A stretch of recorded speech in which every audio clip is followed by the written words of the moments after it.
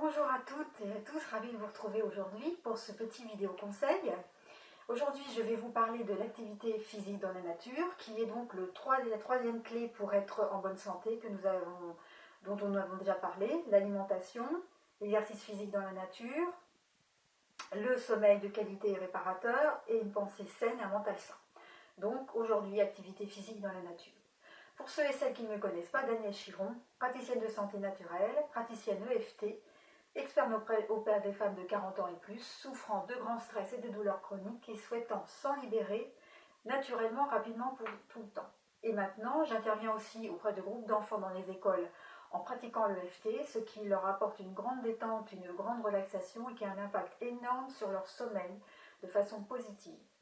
Si vous voulez en savoir plus, vous pouvez aller me retrouver sur mon site www.danielchiron.com. Alors, l'activité physique dans la nature, c'est un des facteurs très importants pour aussi être en bonne santé. Donc, je vous préconise de le faire une fois par semaine, c'est vraiment un minimum. 2 fois, c'est beaucoup mieux. 3 fois, c'est formidable. Voilà. Je conçois très bien qu'avec les activités professionnelles actuelles, le stress intense, la course contre la montre de tout le monde, tout cela est difficile à mener, j'en suis bien consciente, mais essayez quand même de faire un effort pour vous-même. C'est important parce que personne d'autre ne pourra le faire à votre place.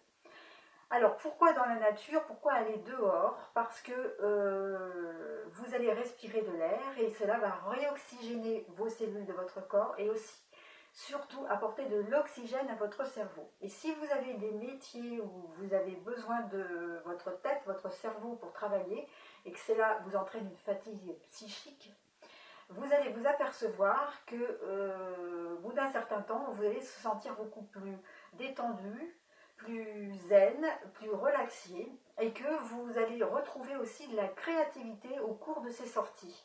C'est important ça et même rassurant pour votre activité professionnelle.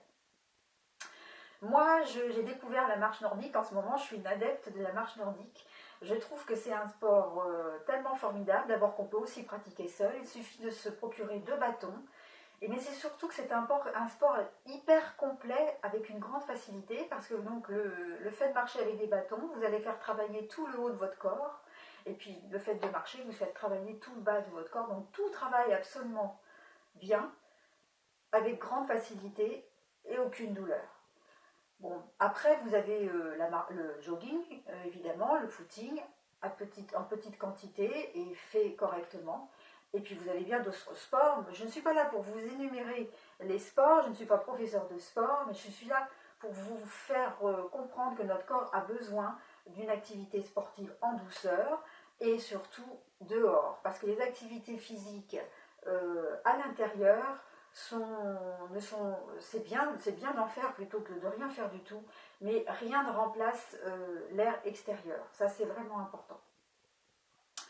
Vous avez, si vous aimez l'eau, vous me direz, vous avez la natation, qui est vraiment aussi un sport qui est très relaxant et très détendant, puisque nous retrouvons le milieu de l'eau dans lequel nous sommes nés. Donc, c'est hyper détendant. Mais à côté de ça, pensez surtout à aller respirer l'air et au moins une fois la semaine.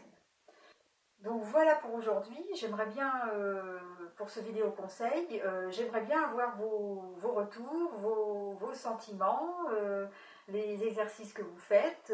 Alors n'hésitez pas à m'écrire et je vous retrouve bientôt pour un autre vidéo de la semaine. À bientôt!